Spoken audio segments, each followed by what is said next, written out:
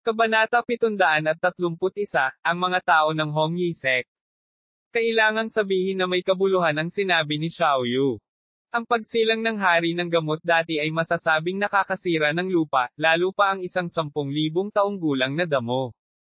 Matapos mag-isip ng mahabang panahon, nagpa siya si Qin Yu na sabihin kay Tang Mao kinabukasan.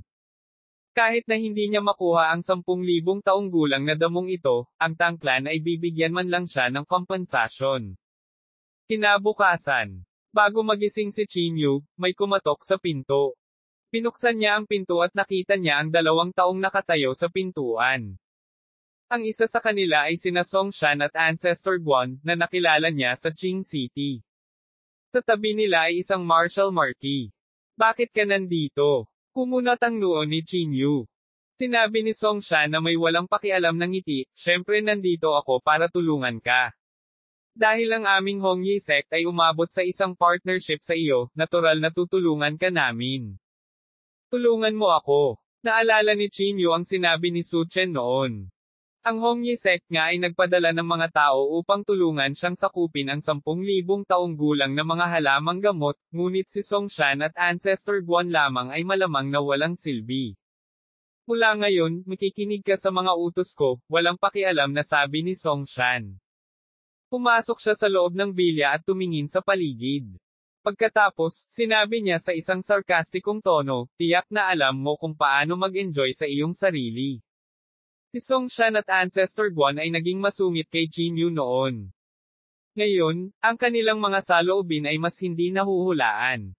Hindi pinansin ni Qin Yu ang mga salita ni Song Shan at nagtanong, paano mo ako pinaplanong tulungan? Napangiti si Song Shan nang walang pag-aalinlangan at sinabing, wala kang pakialam dyan. In short, makinig ka lang sa akin. Gumuso si Qin Yu at sinabing, sa tingin ko ay hindi na kailangan iyon. Nang marinig ito, nagtaas ng kilay si Song Shan. Dahan-dahan siyang tumayo at malamig na tumingin kay Qin Yu. Qin Yu, mas mabuting huwag kang masyadong mayabang. Walang ningkun dito para tulungan ka, malamig na sabi ni Song Shan. Pumakbang din si Ancestor Guan at ngumisi. Ang dami mong pinatay sa amin. Walang pakialam si Ningkun, pero hindi ibig sabihin na wala tayong pakialam. Bahagyang nanliit ang mga mata ni Qin Yu. Wala talagang magandang intensyon ang 2 taong ito. Umalis ka na dito ngayon din. Malamig na tiningnan ni Qin Yu ang 2 at sinabi ang bawat salita. Nang marinig ito, agad na humakbang pasulong si Ancestor Guan at sumigaw, sinasabi ko sa iyo, mas mabuting bantayan mo ang iyong mga salita. Kung hindi, huwag mo kaming sisihin sa pagiging impolite. Sinabi rin ni Song Shan na may isang walang pakialam na ngiti, totoo na hindi kami nangangahas na patayin ka, ngunit hindi problema para sa amin na pahirapan ka. Ganon ba? Pagkatapos ay maaari na kayong magpatuloy at subukan. Sigaw ni Qin Yu, at ang panloob na chi sa kanyang katawan ay agad na sumabog. Gumuso si Song Shan at sinabing, ipinagyayabang ng labas ng mundo na ikaw ay isang bihirang henyo, ngunit ako, si Song Shan, sa tingin ko ay sadyang ikaw. Hayaan mong turuan ko ng leksyon ang junior na ito na hindi alam ang kanyang lugar. Malakas na sumigaw si Ancestor Guan, at ang kanyang kamao ay sumambulat na may mga alon ng maliwanag na liwanag.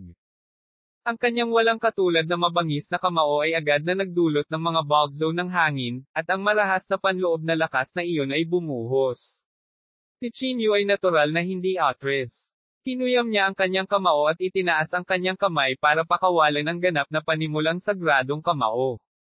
Ang gintong liwanag ay yumanig sa paligid, at ang magkabilang kamao ay nagbanggaan sa isang iglap. Boom! Isang nakakatakot na kapangyarihan ang bomb-alot sa lahat ng direksyon kung saan silang dalawa ang sentro. Agad na bumagsak ang lupa, at ang bilya ay dumanas ng mas malaking epekto, na may sunod-sunod na mga bitek. Whoosh! Sa sumunod na segundo, pinalipad si Ancestor Guan, at pinalo pa ang kamao niya hanggang sa tumulo ito ng dugo. Si Ancestor Guan ay umasa sa kanyang swordsmanship sa simula, at sa pamamagitan lamang ng pag-asa sa kanyang pisikal na katawan, hindi siya katugma para sa kanya. Bahagyang kumunot ang mga kilay ni Song Shan. Iyan lang ba ang mayroon ka? Ngumisi si Qin Yu. Tumalon si Ancestor Guan mula sa lupa. Pagkatapos, sa isang pag-iling ng kanyang palad, isang eskarlata na mahabang espada ang nahulog sa kanyang palad. Anong nangyayari? Hindi ako makapunta sa banyo ng mapayapa. Sa sandaling ito, ang lalaking may bigot ay bumulong-bulong habang naglalakad palabas. Nang makita ang lalaking may bigot, bahagyang kumunat ang noo ni Songshan. Qinyu? Anong nangyari? Nag-walkout din si Xiaoyu. Tatlong martial marquises. Lalong sumimangot si Songshan. Si Qinyu lang ay sapat na para sumakit ang ulo nila. Sa pagdaragdag ng dalawang martial marquises, ang lalaking may bigot at si Xiaoyu, si Songshan at ang iba pa ay walang pagkakataong manalo. Sa makatuwid, binawi ni Songshan ang kanyang panloob na chi. Malamig niyang tiningnan si Qinyu at sinabing, Qinyu, mayroon kang kaunting kakayahan, ngunit sa iilan lamang sa iyo, gusto mong makakuha ng 10,000 taong gulang na damo. Nanaginip ka. Gumisi si Qinyu at sinabing, huwag mong sabihin sa akin na ang mga basura sa inyong dalawa ay makakakuha ng mga halamang gamot. Sinabi ni Songshan na may walang pakialam ng ngiti, ang Hongyi sect ay umiral ng napakaraming taon, kaya natural na mayroon kaming ilang koneksyon. Qinyu, hindi mo ba naiintindihan na kailangan mong umasa sa iyong mga kaibigan kapag lalabas ka? Tinaas ni Qinyu ang kanyang kilay at sinabing, oh yeah. So may mga katulong ka sa Tang City. Malamig na ngumuso si Songshan at hindi sumagot. Hinailan niya si Ancestor Guan at tumalikod para umalis. Nang makarating sila sa pintuan, sumigaw si Songshan, tumanggi si Qinyu na tanggapin ang aming tulong at nasaktan pa kami. Makakaalis lang tayo. Nang makita ang gawin ni Songyu, hindi napigilan ni Qinyu na matawa.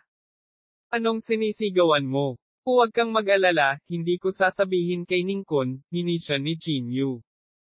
Hindi na nagsalita pa si Songshan at tumalikod na para umalis sa bilya. Tirang magandang bahay, ungol ng lalaking may bigot. Sumimangot din si Qinyu. Sa bagay, hindi naman sa kanya ang bahay na ito. Ito ay talagang medyo mapangahas na basagin ito. Kinuha ni Qinyu ang isang bank card mula sa kanyang bulsa at sinabi sa mahinang boses, pupunta ako at mag-withdraw ng pera mamaya para mabayaran si Tang Mo. Pagkaalis ni na Songshan at Ancestor Guan, naging malamig ang kanilang mga ekspresyon. Ancestor Guan, okay na ba ang kamay mo? Tanong ni Songshan. Kinagat ni Ancestor Guan ang kanyang mga ngipin at sinabing, ayos lang, ngunit hindi ko ito matatanggap. Noong sikat ako, siya, si Qinyu, malamang hindi pa ipinanganak. Ngayon, binubuli ako ng isang junior. Paano ko matitiis? Malamig ding sinabi ni Songshan, namatay ang kaibigan ko sa kamay ni Qinyu, kaya mas gusto ko siyang patayin kaysa sa iyo. Tumingin si Ancestor Guan kay Songshan at nakasimangot na sinabi, ngunit sinabi ni Ningkun na hindi tayo pinapayagang magkaroon ng anumang salungatan sa Qinyu, at mukhang may silbi si Qinyu sa organisasyon. Naningkit ang mga mata ni Songshan at nakangising sinabi niya, ito ang Tang City. Ang hangganan ng Pyro. Kapag ang 10,000 taong gulang na mga halamang gamot ay ipinanganak, tiyak na magkakaroon ng malaking labanan. Kapag dumating ang oras na iyon, sino ang makakaalam kung sino ang pumatay kay Qinyu? Biglang natauhan si Ancestor Guan. Tumingin siya kay Songshan at sinabing, hindi natin ito magagawa sa ating sarili. Huwag kang mag-alala. Sabi ni Songshan na may walang pakialam ng ngiti. Marami akong koneksyon sa Tang City. Ang ilang mga dayuhang kapangyarihan sa paligid ay mayroon ding magandang relasyon sa Hongyi sect. Pinaikit ni Ancestor Guan ang kanyang mga mata at sinabing, sige, aasa kami sa iyo. Tuldok-tuldok, tabilya, bahagyang sumimangot si Qinyu. Medyo naghinala siya sa intensyon ni Ningkun. Alam niyang hindi siya gusto ni na Songshan at Ancestor Guan, pero pinaponte niya sila rito. Ano ang kanyang intensyon? Habang nag-iisip si Qinyu, binuksan ang pinto. Pagkatapos, nakita niya si Tang Mo na naglalakad kasama ang kanyang mga tauhan. Damn it! Sinong gumawa nito sa bilya ko? Tiningnan ni Tang Mo ang mga sirang pader sa silid at hindi niya maiwasang magalit. Kabanata 732, ang epekto ng pambabala. Nang marinig ang boses ni Tang Mo, nagmamadaling bumaba si Qinyu mula sa itaas. Paumanhin niyang sinabi, "Yang Master Tang, pasensya na talaga. May dumating para maghanap ng gulo ngayon lang at aksidenteng nasira ang mga gamit mo." Pagkatapos sabihin iyon, kinuha ni Qin Yu ang kanyang bank card at ibinigay ito kay Tang Mo. "Yang Master Tang, ito ang iyong kabayaran," sabi ni Qin Yu. Ikinaway ni Tang Mo ang kanyang kamay at sinabing, "Kalimutan mo na ito. Kung ito ay nasira, pagkatapos ito ay nasira. Hindi na kailangang maging masyadong formal." May gustong sabihin si Qin Yu, ngunit biglang nagtanong si Tang Mo, "Sabi mo may dumating para maghanap ng gulo. Sino ito? Hindi ba niya alam na akin itong bahay?" "Palagay ko hindi." Pinigay ni Qin Yu ang kanyang mga kamay. Pamulong si Tang Mo, "Kung mahuli ko siya, papatayin ko siya."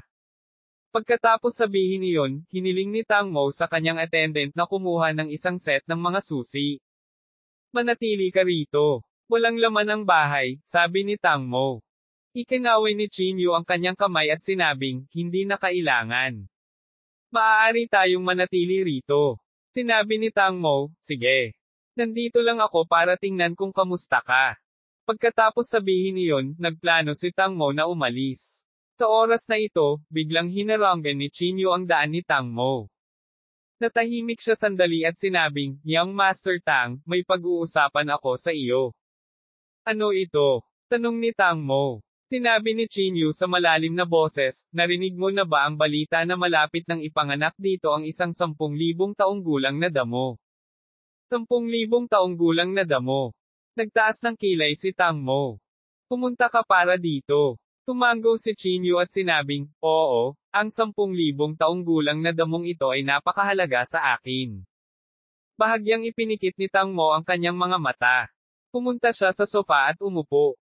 Pagkatapos, tinanong niya, "Kung gayon bakit mo sinabi sa akin?" Sa teritoryo ng Tang City, walang makakaagaw sa gusto ng pamilya Tang. Saglit na nag-isip si Qin Yu at sinabing, "Kahit na gusto kong itago ito, natatakot akong hindi ko ito maitago. Higit sa lahat, napakahanga si Yang Master Tang. Hindi ako makakalaban sa iyo." Ang huling pangungusap ay agad na nagpangiti kay Tang Mo. Proud niyang sabi, "Oo naman. At least alam mo kung ano ang makakabuti sa iyo." Hindi alam ni Qin Yu kung tatawa o iiyak. Si Tang Mo ay talagang mahina sa papuri. Speaking of which, hindi ako nakikialam sa mga bagay na ito. Responsibilidad ng pamilya ko. Hinawakan ni Tang Mo ang kanyang baba. Sa palagay ko ay dapat na alam ng aking ama at ng iba pa ang tungkol sa 10,000 taong gulang na damong ito noon pa man. Agad na kumunat ang mga kilay ni Qin Yu. Itinuon na ng pamilyang Tang ang kanilang mga mata sa damong ito. Paano pa siya magkakaroon ng pagkakataon? Ngunit maaari kong pag-usapan ito sa aking ama, sabi ni Tang Mo sa mahinang boses. "Paano ito? Hintayin mo ang balita ko.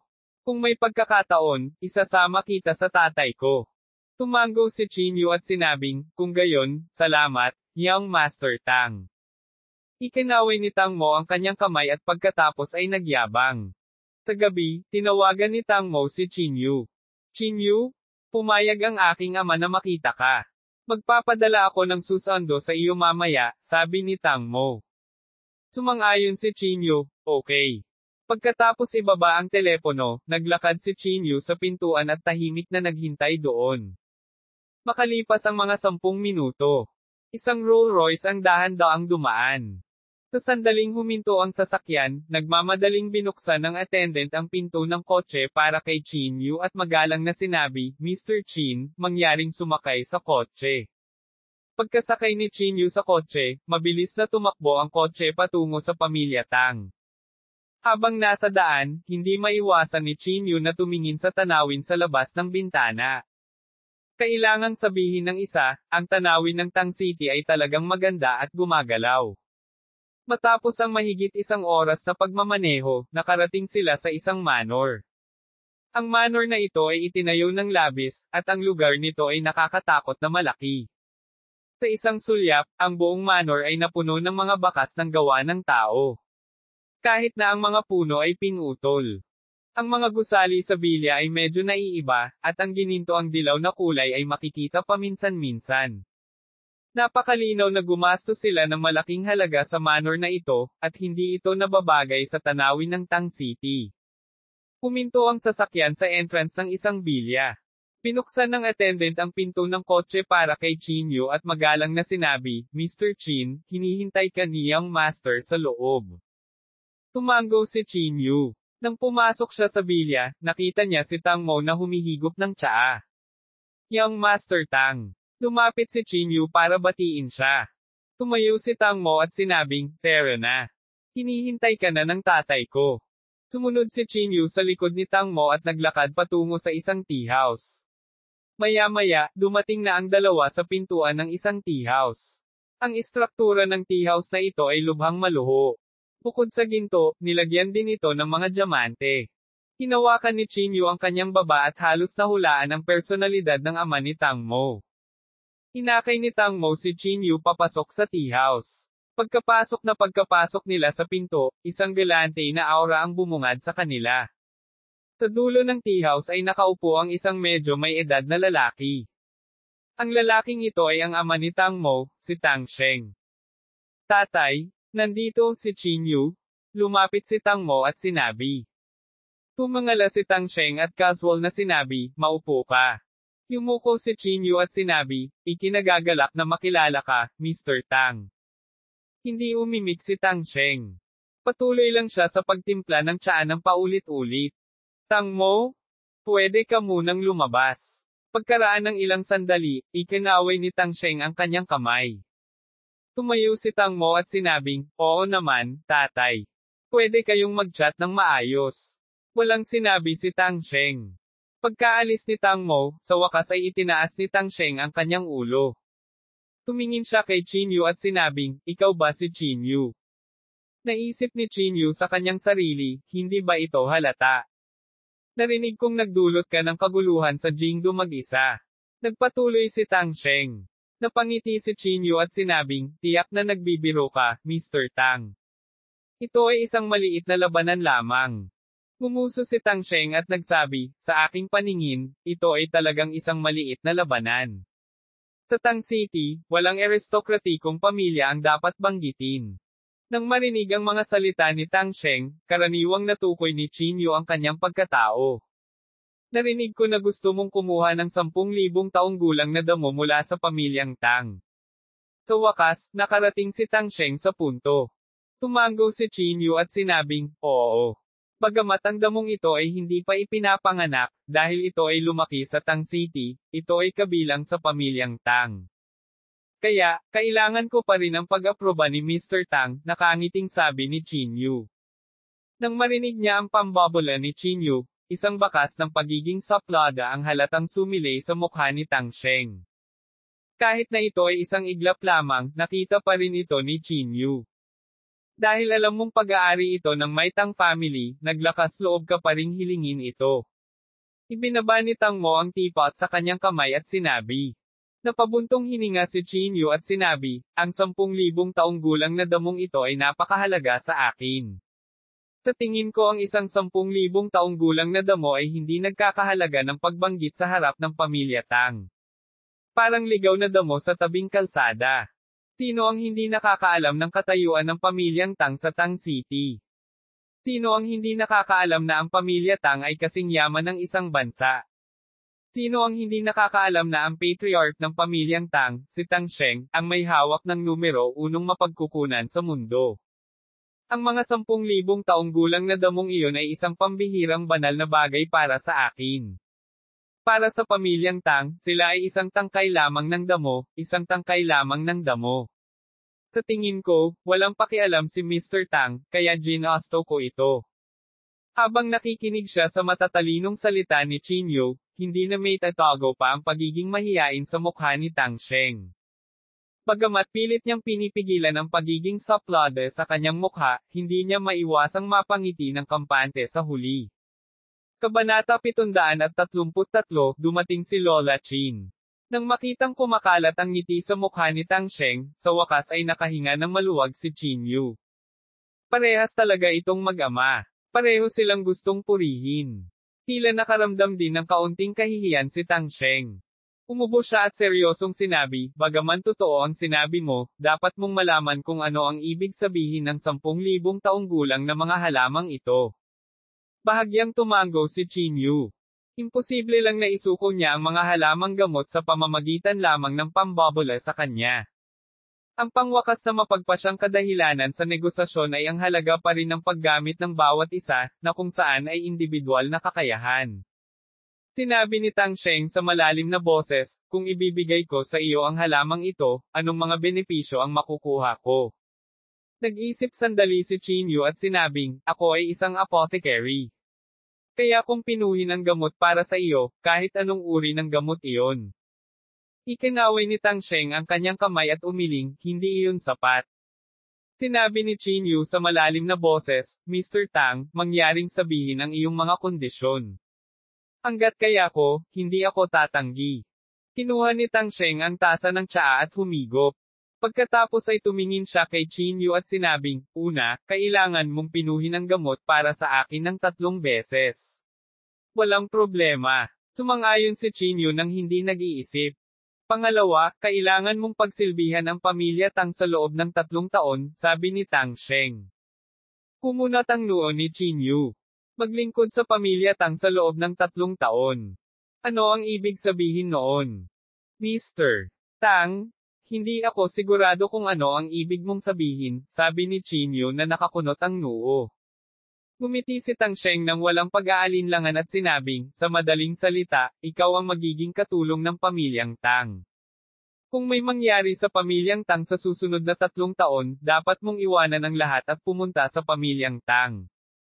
Medyo nagulat si Chinyu. Hindi nakapagtataka na ang pamilya Tang ay napakalakas at maunlad. Tila umasa sila sa pamamaraang ito upang makakuha ng tulong ng maraming martial artist. Sige, ipinapangako ko sa iyo. Tumango si Chinyu. Sige, settled na. Hindi hawakan ng pamilyang Tang ang 10,000 taong gulang na damong ito, nakangiting sabi ni Tang Sheng. Nang marinig ang mga salita ni Tang Sheng, hindi nagsalita si Chinyu ng mahabang panahon habang ang isang awkward na ekspresyon ay sumilay sa kanyang mukha. Ano? Nang makita ang ekspresyon ni Chinyu, sumimangot si Tang Sheng. Umubo si Chinyu at sinabing, kung ito ay maginhawa para kay Mr. Tang, iniisip ko kung maaari mo akong pahiram ng lakas tao. Sa sandaling sinabi niya ito, agad na nagdilim ang ekspresyon ni Tang Sheng. Anong ibig mong sabihin? Gusto mo bang kunin ng pamilyang Tang ang mga halamang gamot para sa iyo? Tila medyo galit si Tang Sheng. Pilit nang umiti si Chinyu at sinabing, Mr. Tang, huwag kang magalit. Ito ay hiling ko lamang. Hindi pwede. Malamig na bumantong hininga si Tang Sheng. Kung kailangan kang tulungan ng pamilya Tang, hindi ka namin kakailanganin. Bakit hindi na lang kita bigyan ng damo? Dahil wala nang ibang pagpipilian, tumango lang si Chinyu sa kahihiyan. Gayunpaman, isang mahalagang mensahe ang maririnig mula sa mga salita ni Tang Sheng. Ang pamilyang Tang ay may higit sa 10,000 taong gulang na damo. Ang nasabing mapagkukunan ay nangunguna kahit sa buong bansa. Pagkatapos magpaalam kay Tang Sheng, tumayo si Chinyu at umalis sa tea house. Pagkaalis ni Chinyu sa bahay, lumapit sa kanya si Tang Mo. Paano ito? Nangako ba ang tatay ko sa'yo? Tanong ni Tang Mo. Napangiti si Chinyu at sinabing, oo, ngunit, wala iyon. Kumunat ang noo ni Tang Mo at sinabing, anong problema? Nauutol kang babae. Kung may sasabihin ka, sabihin mo lang. Sa huli ay umiling si Chinyu at hindi nagsalita. Matapos iwan ang pamilya Tang, nag-iisip si Chinyu ng mga hakbang. Ang 10,000 taong gulang na insidente ng mga halamang gamot na ito ay tiyak na makaakit ng hindi mabilang na mga tao upang labanan ito, kabilang ang mga dayuhang puwersa. Kung makukuha ng Hong Ye sect ang balita, makukuha rin ng iba ang balita. Desidido si Chinyu na kunin ang damong ito. Kung hindi, wala siyang pagkakataong manalo laban kay Blackie. Bumalik siya sa paligid ng bilya. Papasok pa lang si Chinyu, bigla siyang nakakita ng pamilyar na figure. Nakita niya si Lola Chin sa dalampasigan kasama ang 8 lalaking nakasuot ng lila sa tabi niya. Ay hindi. Nagbago ang ekspresyon ni Chinyu nang makita niya ito. Gaya ng inaasahan, natanggap din ni Lola Chin ang balita. Si Chinyu ay hindi nang ahas na pag-isipan ito. Mabilis siyang bumalik sa bilya at isinara ang pinto. Anong mali? Bakit ganyan ang ekspresyon mo? Casual na tanong ni Xiaoyu. Walang sinabi si Chinyu. Hinaplos niya ang baba niya at sumimangot. Si Lola Chin ay nasa tuktok ng martial marquee realm. Kahit siya ay may kasamang 8 lalaking nakasuot ng kulay ube, pabayaan siya. 2 tao lang ang ipinadala ng Hongyi sect. Halatang ayaw nila akong tulungan, sabi ni Chinyu sa mahinang boses. Malinaw, ang Hongyi sect ay gumagawa lamang ng isang aksyon. Ayaw nilang madamay sa gulo na ito. Kung makuha ni Lola Chin ang 10,000 taong gulang na mga halamang gamot na iyon, talagang magiging mahirap ito. Hindi mapigilan ni Chinyu na mapabuntong hininga. Kung ibibigay ni Lola Chin ang 10,000 taong gulang na damong ito kay Blackie para ubusin, hindi ba magkakaroon ng pagkakataon si Blackie na mapabuti pa? Habang iniisip niya iyon, lalo siyang natakot. Biglang tumayo si Chinyu mula sa sofa. Hindi. Ano man ang mangyari, hindi natin maaaring hayaang mahulog ang mga halamang ito sa mga kamay ni Lola Chin. Napakunot ng noo si Chinyu. Pagkatapos mag-isip tungkol dito, nagpa siya si Chinyu na bumaling sa pamilya Tang. Bilang lokal na Panginoon, ang pamilya Tang ay hindi matatakot kay Lola Chin. Ang katotohanan na si Tang Mo ay nagdaos ng piging na may higit sa 20 martial marquee na kasama niya ay sapat na upang patunayan ang kanilang lakas. Kinuha ni Chinyu ang kanyang telepono.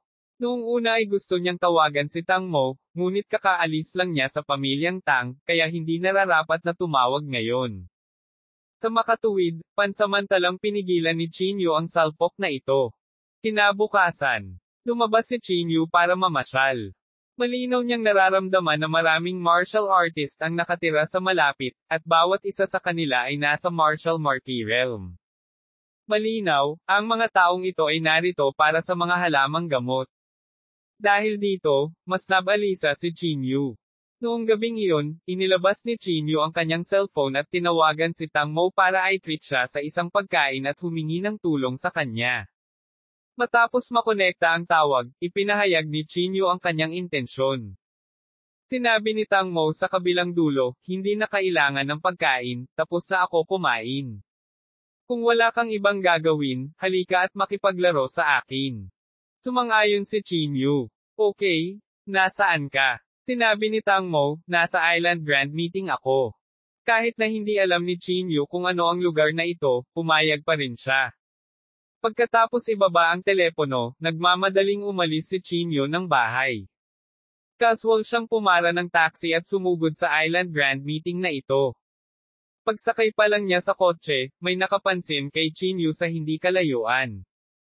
Lola Chin? Ang taong iyon ay tila si Chinyu, malamig na sabi ng isang taong nakasuot ng lila.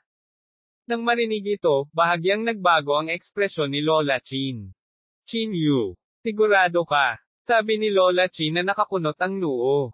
Sinabi ng taong nakasuot ng lila sa malalim na boses, 70% sigurado ako. Pinaikit ni Lola Chin ang kanyang mga mata at malamig na bumantong hininga. Mukhang nandito rin si Chinyu para sa mga halamang gamot. Hindi katakataka na sinabi niya ang mga mayayabang na salita sa publiko. Ito pala ay gusto niyang umasa sa halamang ito upang ibalik ang mga talahan na yan. Lola Chin, ano ang dapat nating gawin ngayon?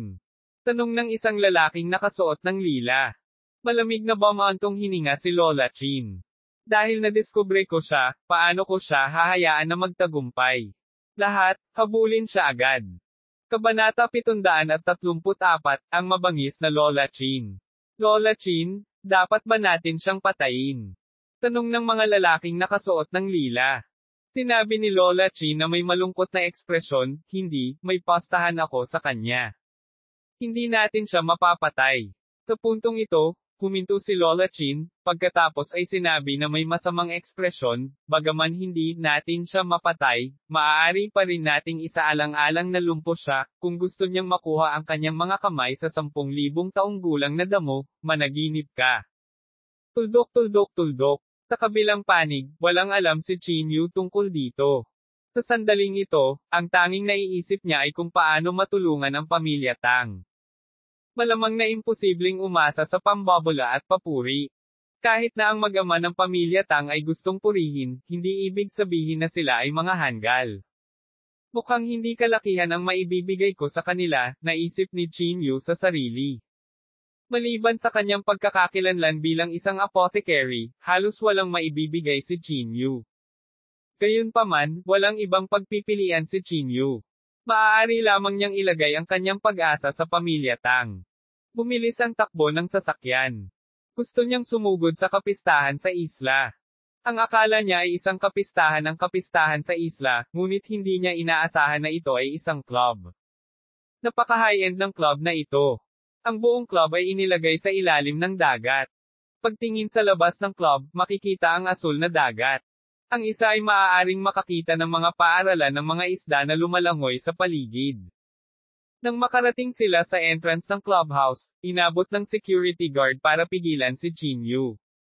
Sir, meron po kaming membership system at hindi ito bukas sa publiko, sabi ng security guard. Narito ako para hanapin si Tang Mo. Hiniling niya sa akin na sumama, sabi ni Qin Yu habang itinuro ang loob. Tiningnan ng security guard si Qin Yu pataas at pababa at sinabing, ikaw ba si Qin Yu? Tama iyan. Tumango si Qin Yu. Bakas ng pagkagulat ang sumilay sa mga mata ng security guard. Hinawakan niya ang braso ni Qin Yu at sinabing, Mr. Qin, fan mo ako. Sa palagay ko ay masyadong cool ang ginawa mo. Pagkatapos, pinuri ng security guard si Qin Yu. Halos inilarawan niya ang lahat ng ginawa ni Qin Yu. Habang nagsasalita siya, mas lalo siyang nasasabik. Paumanhin, mayroon akong pag-uusapan kay Young Master Tang. Pwede ba akong pumasok ngayon? Walang magawa, si Qin Yu ay nakakaabala lamang sa security guard. Nagmamadaling tumango ang security guard at sinabing, Mr. Qin, please come in. Pwede ba tayong sabay na kumain kapag tapos ka na? Napangiti si Qin Yu at sinabing, syempre, walang problema. Ay treat kita ng kainan mamaya. Agad namang tuwang-tuwa ang security guard.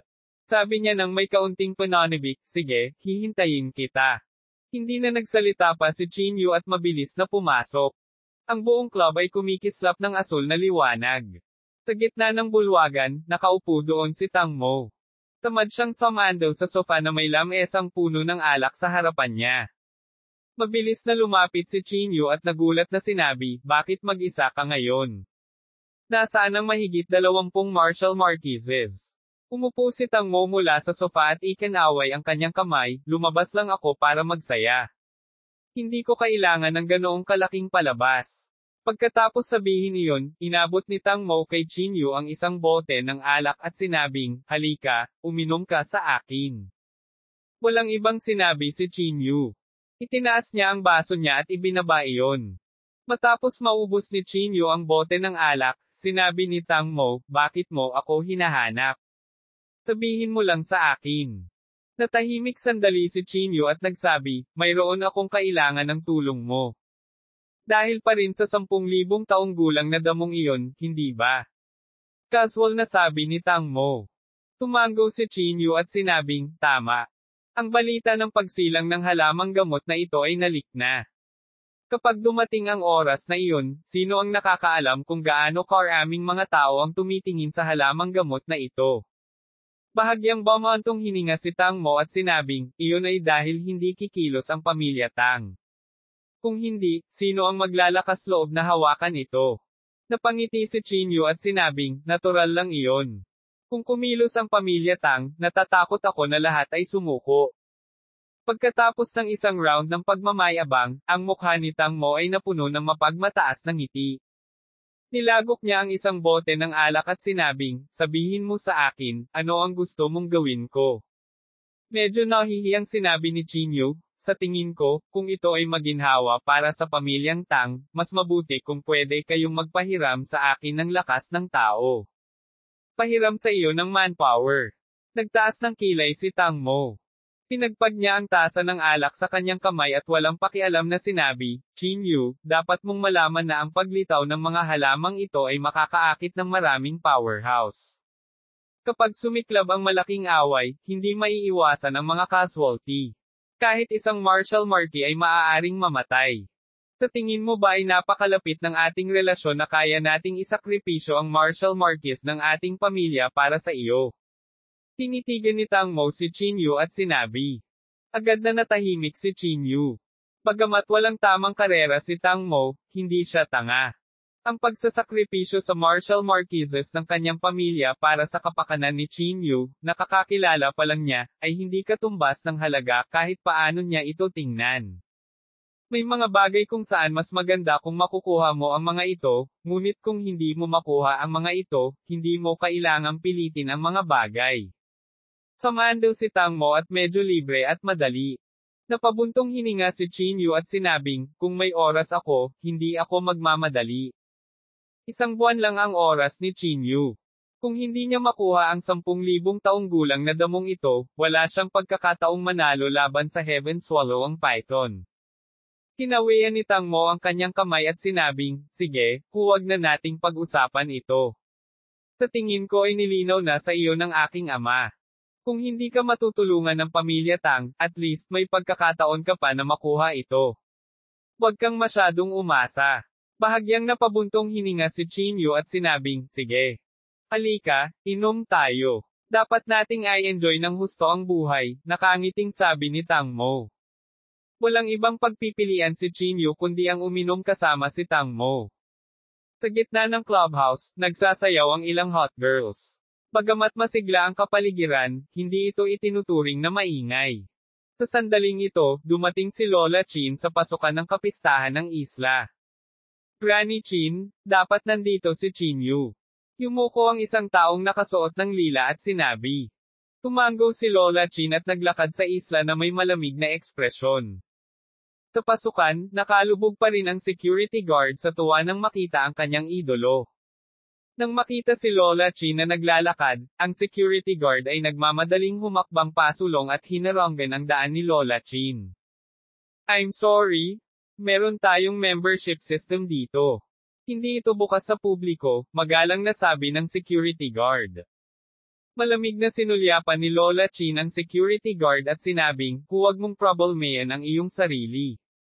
Sinubukan ng security guard na ngumiti at sinabing, paumanhin, ito ang tuntunin ng kapistahan sa isla.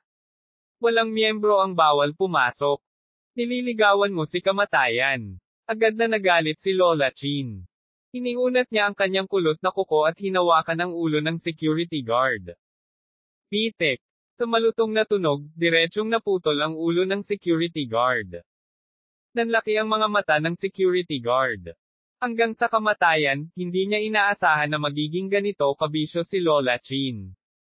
Malamig na bumantong hininga si Lola Qin at saka humakbang papasok sa piging sa isla.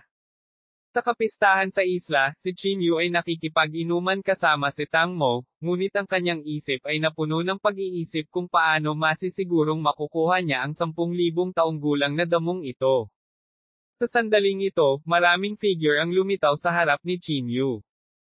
Qin Yu, mukhang marami kang oras sa iyong mga kamay. Isang masamang boses ang narinig sa tenga ni Qin Yu. Bahagyang kumunat ang noo ni Qin Yu. Inangat niya ang kanyang ulo at nakita si Lola Qin na nakatayo sa kanyang harapan. Hinaronggan siya ng mga lalaking nakasuot ng lila sa tabi niya. Kabanata 735, ang galit na si Tang Mo. Nakatingin sa madilim na Lola Qin, sumimangot si Qin Yu. Old Bastard, mabilis kang dumating. Kinusat ni Qin Yu ang kanyang mga mata at sinabi. Tumawa ng malakas si Lola Qin at sinabing, Qin Yu, kailangan kong sabihin, ikaw ay may sapat na kaalaman. Malamig na tiningnan ni Qin Yu si Lola Qin at sinabing, tumigil ka sa pagsasalita ng walang kaparerekon, ikaw na matandang bastard. Kung may sasabihin ka, sabihin mo agad. Pinaikit ni Lola Qin ang kanyang mga mata at nginisyan. Qin Yu, ang Heavenly Guardian Book ay maaaring hayaan kang mabuhay ng isa pang buwan, ngunit hindi ito nangangahulugan na magagarantiyahan nito ang iyong kaligtasan. Totoo na hindi kita kayang patayin ngayon, ngunit maaari ko pa ring gawing mas malala ang buhay mo kaysa kamatayan. Habang nagsasalita siya, sabay-sabay na humakbang pasulong ang tatlong lalaking nakasuot ng lila. Ngumisi si Chinyu at sinabing, mukhang wala kang tiwala sa Beastard na pinalaki mo. Natatakot ka ba na hindi siya magiging katapat ko sa isang buwan? Pinaikit ni Lola Chin ang kanyang mga mata at malamig na sinabi, papatayin ka ni Blackie tulad ng pagkatay ng manok at aso. Pero kahit ganoon, hindi ko hahayaang gumastos ka ngayong buwan ng comfortable. Nang bumagsak ang kanyang boses, biglang kumilos ang isang lalaking nakasuot ng lila at sinunggaban si Chinyu. Malamig na sumingot si Chinyu at agad na ikinuyom ang kanyang kamao para salubungin ito. Boom! Isang malakas na tunog ang umalangaw-ngaw sa buong club, at isang nakakatakot na puwersa ang kumalat sa lahat ng direksyon. Bang! Sa ilalim ng suntok na ito, umatras ng ilang hakbang ang lalaking nakasuot ng lila. Parang masakit ang kamao niya. Ang tigas ng katawan. Hindi napigilan ng lalaking naka-purple ang pagkunot ng noo. Dahan-daang tumayo si Chinyu. Sinulyapan niya ang ilang lalaking nakasuot ng lila na nasa harapan niya at malamig na sinabi, hindi pa nagtagal, pinatay ko ang 3 sa iyong mga tao at nilamon ang kanilang gininto angkor. Iilan lang sa inyo ang walang kapantay sa akin. Hahaha. Hindi napigilan ni Lola Chin ang mapatawa. Isang nakakatakot na layunin ng pagpatay ang lumabas mula sa kanyang katawan, at isang nakakatakot na panloob na chi ang natipon sa kanyang katawan. Chinyu? Ang galing mo magsalita. Malamig na sabi ni Lola Chin. Naramdaman ang panloob na chi ni Lola Chin, hindi napigilan ni Chinyu na sumimangot. Si Lola Chin ay nasa tuktok ng martial martial realm, at ang kanyang lakas ay hindi karaniwan. Siya ay malayo sa itaas ng mga lalaking nakasuot ng lila. Kung talagang nag-away sila, malamang na mamatay siya. Tama na. Sa sandaling ito, biglang tumayo si Tang Mo. Tinitigan niya sila at sinabing, babayaran ninyo ang pinsala. At saka, sino ang nagpapasok sa iyo? Seguridad, seguridad. Natakot ang manager ng club sa labas ng kanyang talino. Nang marinig niya ang boses ni Tang Mo, tumakbo siya. Batang. Young Master Tang. Mukhang kinakabahan ang manager. Itinuro ni Tang Mo si Lola Chin at ang iba pang nasa harapan niya at naiinip na sinabi, sino ang nagpapasok sa kanila? Nasaan ang mga security guard? Paano mo ginawa ang mga hakbang sa seguridad? May takot na sinabi ng manager, Young Master Tang, pinatay nila ang mga security guard natin dahil sinubukan nilang pigilan sila. Pinatay. Nang marinig niya ito, agad na nagbago ang ekspresyon ni Chinyu. Pinatay mo ang security guard na iyon. Malamig na tiningnan ni Chinyu si Lola Chin. Ngumiti si Lola Chin nang walang pakialam at sinabing, bakit? May pakialam ka ba sa buhay ng langgam? FC ka. Ginagawa lang ng security guard ang trabaho niya, pero pinatay mo talaga. Tao ka pa ba? Hindi mapigilan ni Chinyu na magalit. Nangako pa lang siyang kakain sa security guard, pero sa hindi inaasahang pagkakataon, sa isang kisap mata, patay na siya. Gumisi si Lola Chin at sinabing, Chinyu, may pakialam ka pa nga sa buhay ng isang langgam. Ikaw ay nakatadhana na hindi makamit ang anumang bagay na malaki. Tira ka. Hayop. Kinuyam ni Chinyu ang kanyang kamao at mabangis na sinabi. Sumimangot si Tang Mo at sinabing, bilasan mo at mawala ka. Huwag mo kaming istorbohin. Naririnig mo ba ako? Sinulyapan ni Lola Chin si Tang Mo at malamig na sinabi, anak, kung ayaw mong mamatay, tumahimik ka. Hindi mapigilan ni Tang Mo na mapamura. Old Beastard? Huwag kang masyadong mahiya. Sa tingin mo ba natatakot ako sayo? Magsasalita pa lang si Lola Chin, isang lalaking nakasuot ng lila sa tabi niya ang bamulong, ang taong ito ay ang young master ng pamilya Tang. Pinakamabuting huwag masaktan ng pamilya Tang sa Tang City. Lalong ngumisi si Lola Chin. Paano kung siya ang young master ng pamilya Tang? Ito ay isang maliit na aristokratikong pamilya mula sa isang malayong nayon sa bundok. How dare he challenge the Jingdo Martial Arts Association? Gumisi si Lola Chin. Isang maliit na aristokratikong pamilya mula sa isang malayong nayon sa bundok. Agad na nanlaki ang mga mata ni Tang Mo. Inilagay ni Lola Chin ang kanyang mga kamay sa likod niya at walang pakialam na sinabi, tama. Ang isang maliit na Tang City ay isang lugar lamang sa gitna ng kawalan. Kapag wala ang pusa, maglalaro ang mga daga. Sa tingin mo ba ay inapo ka ng ilang maharlikang pamilya? Lumabas ka at mamasyal. Tingnan ang labas ng mundo. Ang walang humpay na Saturday ni Lola Chin ay agad na nagpapula sa mukha ni Tang Mo. Si Tang Mo, na palaging sinusuyo ng iba, ay hindi kailanman nakaranas ng gayong kahihiyan. Ikaw, talagang minamaliit mo ang pamilya namin. Kinagat ni Tang Mo ang kanyang mga ngipin, na mula ang kanyang mukha. Gumuso si Lola Chin. Anong pamilyang Tang? Kahit kailan hindi ko narinig. Wala akong pakialam kung anong aristokratikong pamilya ang inapo mo. Bumalik ka at sabihin mo sa iyong ama. Tanungin mo siya kung alam niya ang Jingdo Martial Arts Association. Kinagat ni Tang Mo ang kanyang mga ngipin at sinabing, okay. Sasabihin ko talaga sa tatay ko. Parang may iba pang gustong sabihin si Lola Chin. Isang lalaking nakasuot ng purple, na nasa gilid, ang humila kay Lola Chin at sinabi sa mahinang boses, Lola Chin, hindi simple ang pamilya Tang. Mas mabuting mag-ingat tayo. Hindi simple. Ito ay isang grupo lamang ng mga masuwean na tao mula sa tigang na mga bundok at ilog, panunuya ni Lola Chin. Medyo nag-aalalang sinabi ng isang lalaking nakasuot ng lila, ang Tang City ay ipinangalan sa pamilyang Tang. Ang pamilya Tang ay may 12-dosenang martial marquises. Kung talagang magbubulungan sila, kahit ang maharlikang pamilya ni Jingdo ay baka hindi ito makayanan. Agad na natigilan si Lola Chin. 12-dosenang martial marquises. Isang Tang City lang talaga ang may tulad na martial aristokratikong pamilya. Kahit na ang Jingdo Martial Arts Association ay hindi natatakot sa anumang pamilya, ang lugar na ito ay napakalayo pa rin mula sa Jingdo. Huli na para maghanap ng mga tao. Inalis ni Lola Chin ang layunin ng pagpatay sa kanyang katawan. Bagamat nakaramdam siya ng kaunting panghihinayang, natural na hindi siya mawala ng mukha sa harap ng napakaraming tao. Kaya naman, gumuso lang si Lola Chin at sinabing, Chinyu, ang swerte mo ngayon. Maghintay ka lang. Pagkatapos sabihin ito, umalis si Lola Chin kasama ang kanyang mga tao. Naging tahimik ang clubhouse. Samantala, galit na galit si Tang Mo kaya nanginginig ang buong katawan niya.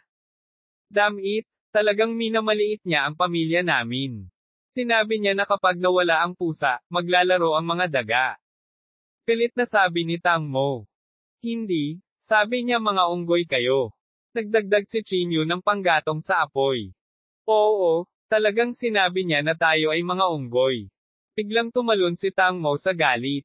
Hindi lang siya pinuri ni Lola Chin, ngunit minamaliit din niya ang pamilya Tang. Ito ay hindi matitiis. Gusto kong makita kung gaano kahusay ang asosasyon ng martial arts na ito. Galit na sabi ni Tang Mo. Chinyu? Nandito rin sila para sa mga halamang gamot, tama ba? Tanong ni Tang Mo. Mabilis na tumango si Chinyu at sinabing, oo.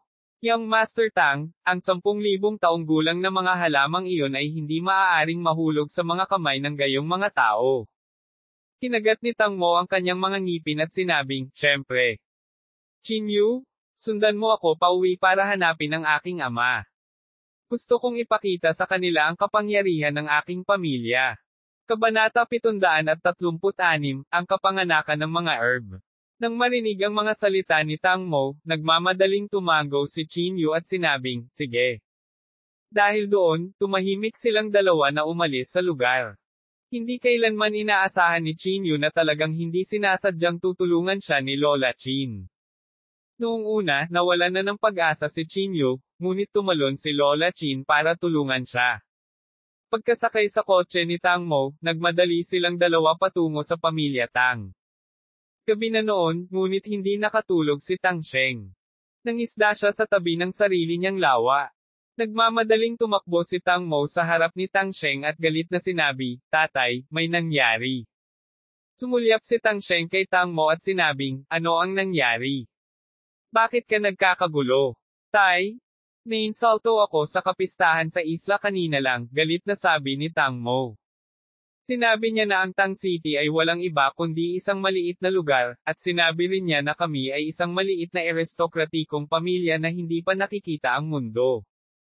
Ang ekspresyon ni Tang Sheng ay naging pangit. Nagpatuloy si Tang Mo, sinabi din niya na tayo ay isang liblib na nayon sa bundok, at sinabi rin niya na tayo ay mga daga. Mga unggoy ito, paalala ni Qin Yu sa gilid. Oo, sabi niya mga unggoy tayo. Nagngangalit si Tang Mo at sinabi. Pagkatapos ng insulto, ang ekspresyon ni Tang Sheng ay naging sobrang pangit. Ang mag-ama ay pareho. Pareho silang mahilig mambola, at hanggat nambobola sila, magiging magkaibigan sila. Qin Yu? Lumabas ka muna, sinubukan ni Tang Sheng ang kanyang makakaya upang mapanatili ang kanyang kakisigan at galit. Tumango si Qin Yu at sinabing, okay. Damn it, how dare you humiliate ang pamilya ko. Nililigawan mo si kamatayan. Nang lumabas si Qin Yu, ang galit na dagindong ni Tang Sheng ay nagmula sa kanyang likuran. Hindi mapigilan ni Qin Yu na hindi makapagsalita. Talagang bihirang makakita ng isang tulad ng ama at anak ng pamilyang Tang, na labis na nagmamalasakit sa mukha. Makalipas ang 10 minuto, lumabas si Tang Mo sa silid. Sa malungkot na ekspresyon, sinabi niya, Qin Yu, sinabi ng tatay ko na magiging bisita ka ng pamilya namin sa loob ng 20 taon. Walang problema. Sumang-ayon si Qin Yu nang hindi nag-iisip. Nagpatuloy si Tang Mo, sa 4 na araw, personal akong magdadala ng mga tao para tulungan ka. Agad na natuwa si Qin Yu at mabilis na ikinulong ang kanyang mga kamay. Kung gayon, maraming salamat, Young Master Tang. Ikinaway ni Tang Mo ang kanyang kamay at huminga ng mahina.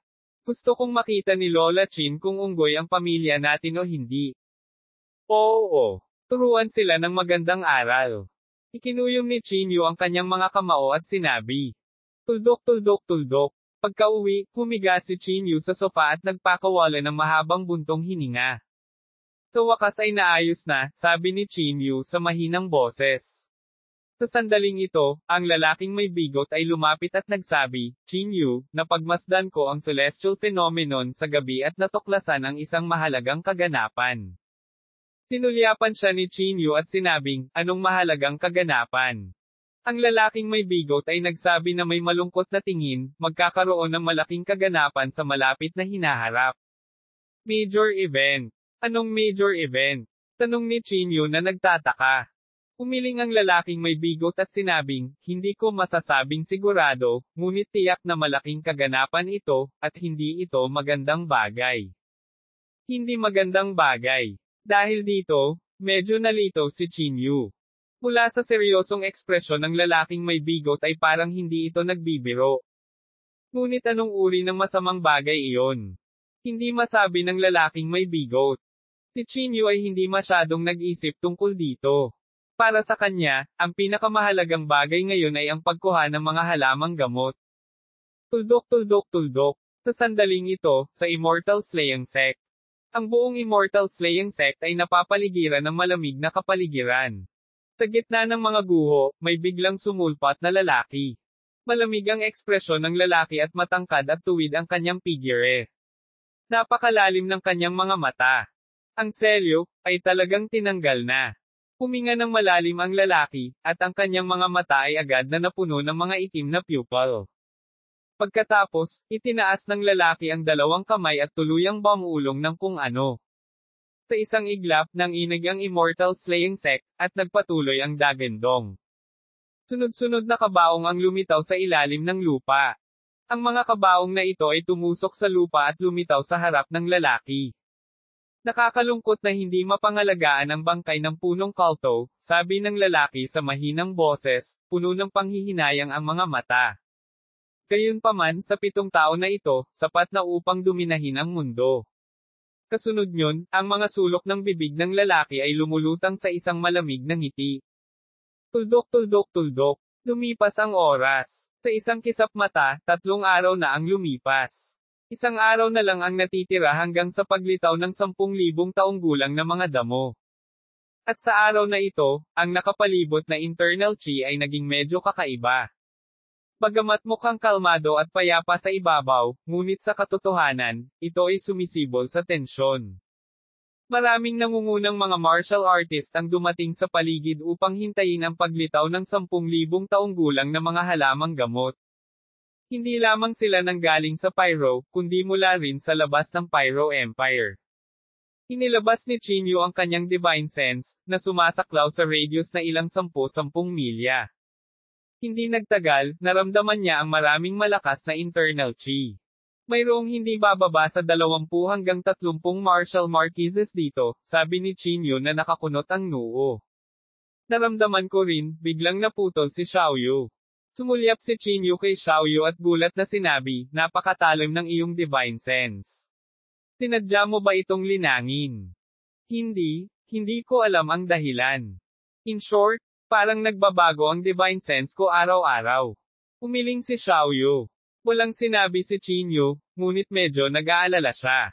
Hindi siya natatakot sa babaeng nakamaskara, ngunit nag-aalala siya na ang babaeng nakamaskara at si Xiaoyu ay hindi iisang tao, kaya ginagamit lang niya ang katawan ni Xiaoyu para maipanganak muli. Kung iyon ang kaso, ito ay magiging mahirap. Kailangan kong pumunta sa Scripture Pavilion sa lalong madaling panahon, naisip ni Chinyu sa kanyang sarili. Sa gabi, napabalikwa si Chinyu, hindi makatulog. Nakatayo siya sa harap ng bintana, nakatingin sa tanawin sa labas. Bukas ay ang araw ng kapanganakan ng mga banal na halamang gamot, ngunit napakapayapa dito, sabi ni Chinyu na nakakunot ang noo. Karaniwan, ang pagsilang ng 10,000 taong gulang na mga halamang gamot ay tiyak na magdudulot ng natural na kababalaghan. Marahil ito ang katahimikan bago ang bagyo. Umiling si Chinyu. Tumalikod na siya at bumalik sa kwarto niya bago kinuha ang phone niya. Sa sandaling ito, ang Martial Arts Forum ay sobrang init. Walang tumatalakay sa usapin ng 10,000 taong gulang na damo. Halos lahat ay tinatalakay ang pakikipaglaban ni Jiang He sa Heaven Swallow ang Python. Ang labanan ay tumagal ng 3 araw. Matagumpay na nanalo si Jiang He. Isang kapansin-pansing balita ang nakita. Tulad ng inaasahan ng Senior Jiang He. Medyo nagulat pa si Chinyu. Kailangang malaman ng isa na ang Heaven Swallow ang Python at Jiang He ay parehong nasa tuktok ng Martial Marquis Realm. Napakahirap talunin ang mga Demon Beast kapag nasa parehong kaharian. Halos imposibleng talunin ang isang Earth-ranked Demon Beasts. Nag-browse si Chinyu sa Martial Arts Forum, at halos lahat ay tinatalakay ang bagay na ito. Ito rin ang nagpaisip kay Chinyu kung ginamit ni Lola Chin ang pamamaraang ito upang maakit ang atensyon ng lahat upang hindi maagaw ang 10,000 taong gulang na mga halamang gamot. Unti-unting lumiwanag ang langit. Lalong naging kakaiba ang kapaligiran sa paligid. Kahit na pinigilan ng lahat ang kanilang panloob na chi, isang napakalakas na pakiramdam ng pang-aapi ay natipon pa rin sa kanilang paligid. Ngayon ang araw na ipinanganak ang 10,000 taong gulang na mga halamang gamot. Huminga ng malalim si Chinyu at agad na pinakawalan ang kanyang Divine Sense upang takpan ang paligid. Kabanata 737, Paghula sa mga lihim ng langit. Mayroong hindi bababa sa 12 ng mga tao na nagtatago sa nakapalibot na lugar, bawat isa ay may sariling panloob na chi. Pinawi ni Chinyu ang kanyang panloob na chi. Tumingin siya kay Xiaoyu at sinabing, hintayin mo ako dito. Huwag kang pumunta kung saan-saan hanggat hindi ako bumabalik.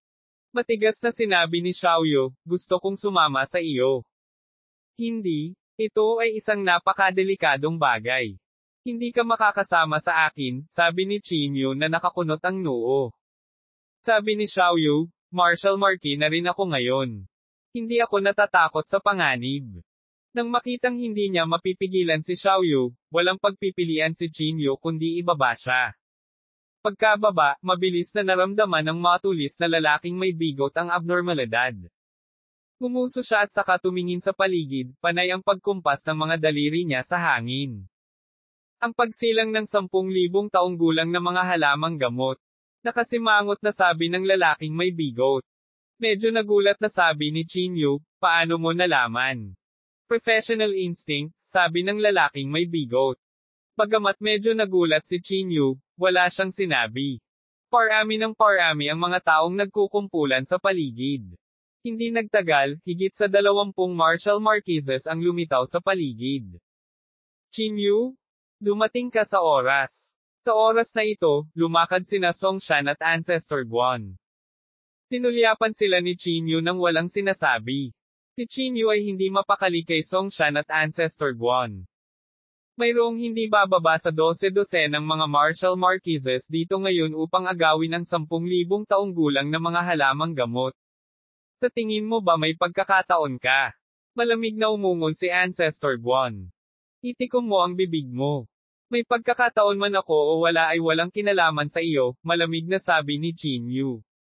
Bahagyang bumantong hininga si Ancestor Guan at sinabing may walang pakialam ng ngiti, Qin Yu, mag-ingat ka kung sakaling may magtangkang pumatay sa iyo. Tinatakot mo ba ako? Naging malamig ang ekspresyon ni Qin Yu at agad siyang humakbang pasulong. Isang malakas na pressure ang dumating sa kanya at bahagyang nagbago ang ekspresyon ni Ancestor Guan. Qin Yu? Nandito kami para tulungan ka. Bakit ka namin tinatakot? Nagmamadaling sinubukan ni Song Shan na ayusin ang mga bagay-bagay. Malamig na tiningnan sila ni Qin Yu at sinabing, sinasabi ko sa inyo, mas mabuti kung hindi kayo magplano laban sa akin. Kung hindi, wala akong pakialam na patayin ka muna. Bahagyang nagbago ang ekspresyon ni Song Shan, at medyo nagalit siya sa loob. Ngunit sa ilang kadahilanan, hindi makapagsalita si Song Shan. Hindi na mapakali si Qin Yu sa kanilang dalawa. Tumalikod siya at pumunta sa gilid. Kumpas-kumpas pa sa ere ang lalaking may bigot na parang may hinahanap. Sa sandaling ito, lumakad si Lola Qin mula sa hindi kalayuan kasama ang 8 lalaking nakasuot ng lila. Ang mga lalaking nakasuot ng kulay lila ay sobrang nakakapansin sa ilalim ng sikat ng araw, at ang kanilang mga pagkakakilanlan ay nakakuha ng atensyon ng hindi mabilang na mga tao. Mga lalaking naka-purple ang damit. Mga tao mula sa Jingdu Martial Arts Association. Talagang tina-target din nila. Ito ay mahirap. 8 lalaking nakasuot ng kulay ube ang ipinadala. Mukhang sineseryoso ng Jingdu Martial Arts Association ang bagay na ito. Marami sa mga martial marquises sa paligid ay nagmula sa mga puwersang panlabas. Natural na medyo natatakot sila sa Jingdu Martial Arts Association. Pagkatapos ng lahat, marami sa mga puwersa sa ibang bansa ang nahuli ng Jingdu Martial Arts Association. Ang mga nagsagawa ng aksyon ay karaniwang pawang mga lalaking nakasuot ng lila. Tila labis na nasisiyahan si Lola Qin sa ugali ng lahat. Inilagay niya ang kanyang mga kamay sa kanyang likuran at inilibot ang kanyang tingin sa paligid. Saan man mapunta ang kanyang tingin, lahat ay hindi namamalayang lumingon sa gilid upang maiwasang makipag-eye contact kay Lola Qin. Dahil dito, lalo pang nasiyahan si Lola Qin at bumangon ang pakiramdam ng pagiging superior. Pagkatapos, pinangunahan ni Lola Qin ang kanyang mga tao at humakbang patungo sa direksyon ni Qin Yu. Talagang malakas ang loob mong sumama, sabi ni Lola Qin na may singkit na mga mata. Bakit hindi ako maglakas loob? Kahit isang matandang beastard na tulad mo ay dumating na. Paano ko ito mapapalampas? Gumisi si Qin Yu. Gumisi si Lola Qin. Talas ang dila, tingnan natin kung hanggang kailan ka magiging mayabang. Pagkatapos sabihin iyon, sumulyap si Lola Qin sa gilid ni Qin Yu at nginisyan. Sa inyong tatlo lang, nangangahas kayong ipaglaban ang 10,000 taong gulang na damo. Nanaginip ka siguro. Pagkatapos, sumulyap si Lola Qin kay Xiaoyu at sarkastikong sinabi, tinatawag mo ang isang batang dito para mamatay. Pero kailangan kong sabihin, Qin Yu, hindi masama ang swerte mo sa mga babae. Noong nakaraan, nagdusa si Yan Ruozo para sa iyo. Ngayon, handang mamatay ang batang ito kasama ka. Sa pagbanggit kay Yan Ruozo, hindi masyadong maganda ang ekspresyon ni Qin Yu. Mas mabuting isara mo ang iyong bibig, malamig na sabi ni Qin Yu. Hindi pinansin ni Lola Qin si Qin Yu. Sa halip, ngumiti siya at tumingin kay Xiaoyu. Bata, dahil nakapasok ka sa martial marquee realm sa murang edad, sa ganoong talento, masasabi mong henyo ka.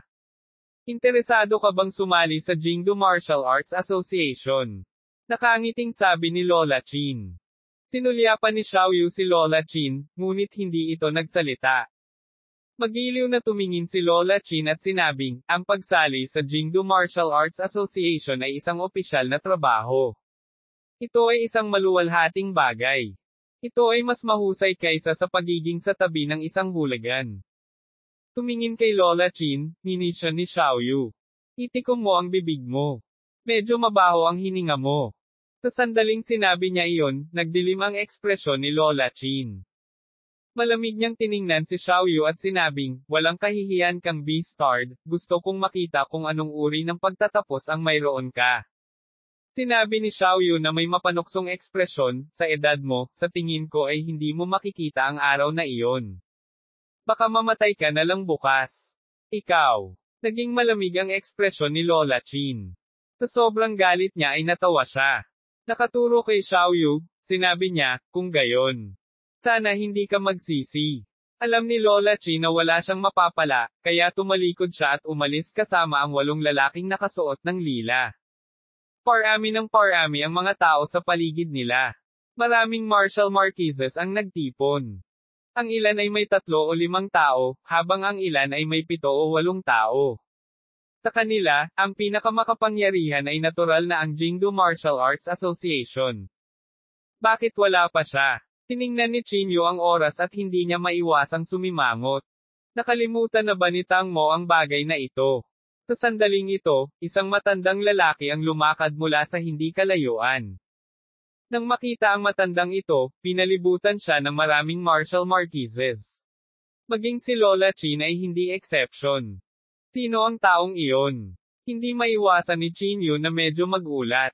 Mula sa ugali ng lahat sa kanya, malamang na pambihira ang taong ito. Divination Master Cho Hegwang, sabi ng lalaking may bigot sa gilid. Guro ng panghuhula. Lalong nagulat si Chinyu. Ang lalaking may bigot ay umungol at nagsabi, umaasa sila sa panghuhula upang matukoy ang lokasyon ng kapanganakan ng kayamanan, kaya napakapopular sila. May ganoong propesyon. Hinawakan ni Chinyu ang kanyang baba at sinabi sa mahinang boses, kailangan kong pumunta at tingnan. Pagkatapos sabihin iyon, sabik na naglakad si Chinyu.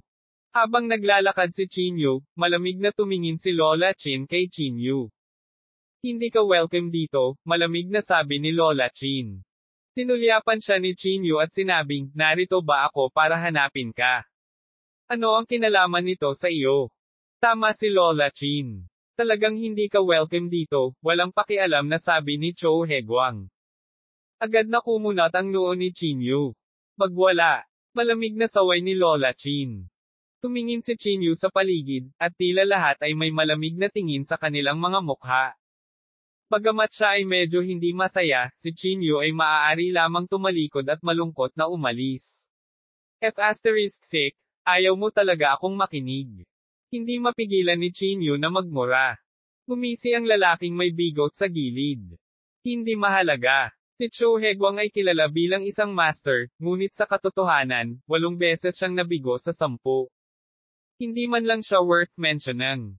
Kabanata 738, pakiramdam ang kapangyarihan ng dakilang Dao.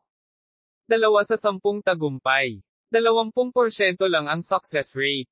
Napatingin si Chinyu sa lalaking may bigot at sinabing, kahit na may success rate na 20%, matatawag pa rin siyang master. Karapat-dapat ba siyang pambobola? Ang lalaking may bigot ay sumulyap kay Chinyu at ninisyan. Sa palagay mo ba ang paghula sa mga lihim ng langit ay isang madaling bagay? Kahit na ang pinakamahusay na mga master ng panghuhula ay mayroon lamang tagumpay na rate ng 50%. Bukod dito, kakaunti ang mga master ng panghuhula. Ang lokasyon ng maraming makalangit na materyal at makalupang kayamanan ay hinuhulaan nila. Biglang naintindihan ni Chinyu. Sa madaling salita, ang pagsilang ng maraming makalangit na materyales at makalupang kayamanan ay hinulaan ng mga panghuhula ng maaga at pagkatapos ay kumalat. Wala bang napabuti ang kakayahan ng paghula ng mga makalangit na lihim sa 100%? Naguguluhan na tanong ni Chinyu.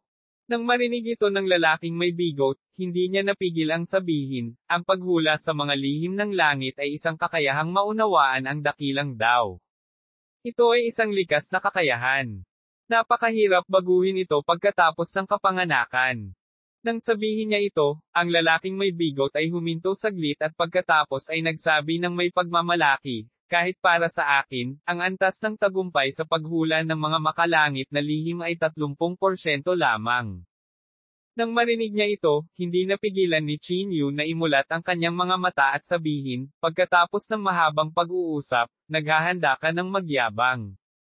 Pumalaklak ang lalaking may bigot at sinabing, masasabi mo yan, pero totoo ang sinabi ko. Ang paghula ng makalangit na mga lihim ay talagang isang napakahirap na bagay. Maraming tao ang hindi nakakaramdam ng great daw sa kanilang buhay, kaya't hindi nila matukoy ang mga lihim ng langit. Nang marinig ito, hindi maiwasan ni Qin Yu na magkaroon ng intensyon na subukan ito. Pumikit siya, naghahanda na maramdaman ang dakilang daw na binanggit ng lalaking may bigot. Ang dakilang daw ay ang batas ng kalikasan. Kahit na ang mga magsasaka ay lumalabag sa batas, palagi silang nasa great daw. Walang makatalon. Ang ganitong uri ng batas ay walang partikular na hugis o estado. Ito ay ganap na isang walang laman na pag-iral. Ang mga nakakaramdam ng dakilang daw ay mga pinili ng langit. Ipinikit ni Qin Yu ang kanyang mga mata. Ang kanyang banal na sentido ay tila gumagala. Napabuntong hininga si Qin Yu at itinoon ang kanyang atensyon para makisalamuha sa dakilang daw. Qin Yu, mayroon ka ng sapat na mga pakinabang. Gusto mong maunawaan ang great daw. Imposible iyon. Inalis ng lalaking may bigot ang intensyon ni Qin Yu at hindi napigil ang tumawa sa kanya. Hindi siya pinansin ni Qin Yu at nagpatuloy na sumasalamin sa great daw. Pagkalipas ng ilang minuto, biglang nagkaroon ng pagsasanib ang napakaitim na eksena sa harap ni Qin Yu. Ang linya ng paningin sa harap niya ay parang isang panloob na eksena, na may mga ilusyon na sinag ng liwanag na sunod-sunod na lumilitaw. Ang mga sinag ng liwanag na ito ay kasing pingong mga sinulid, na inaanod ng hangin.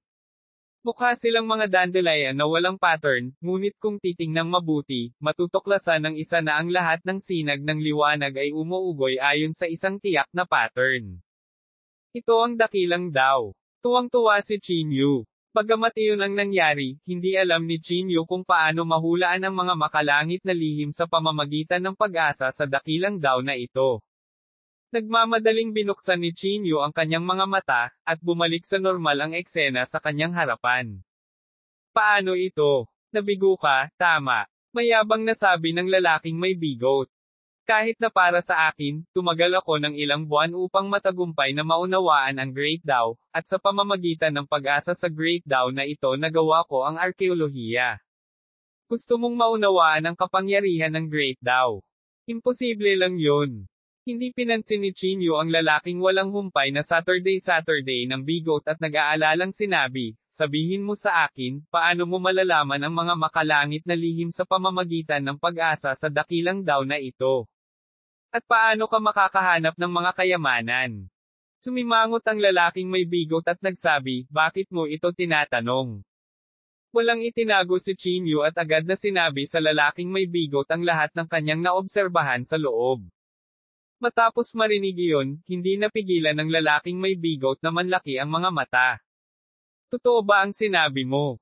Napalunok ng laway ang lalaking may bigot. Wala ako sa mood makipagbiroan sayo. Sabi ni Qin Yu na nakakunot ang noo. Hindi napigil ang malunok ng lalaking may bigot.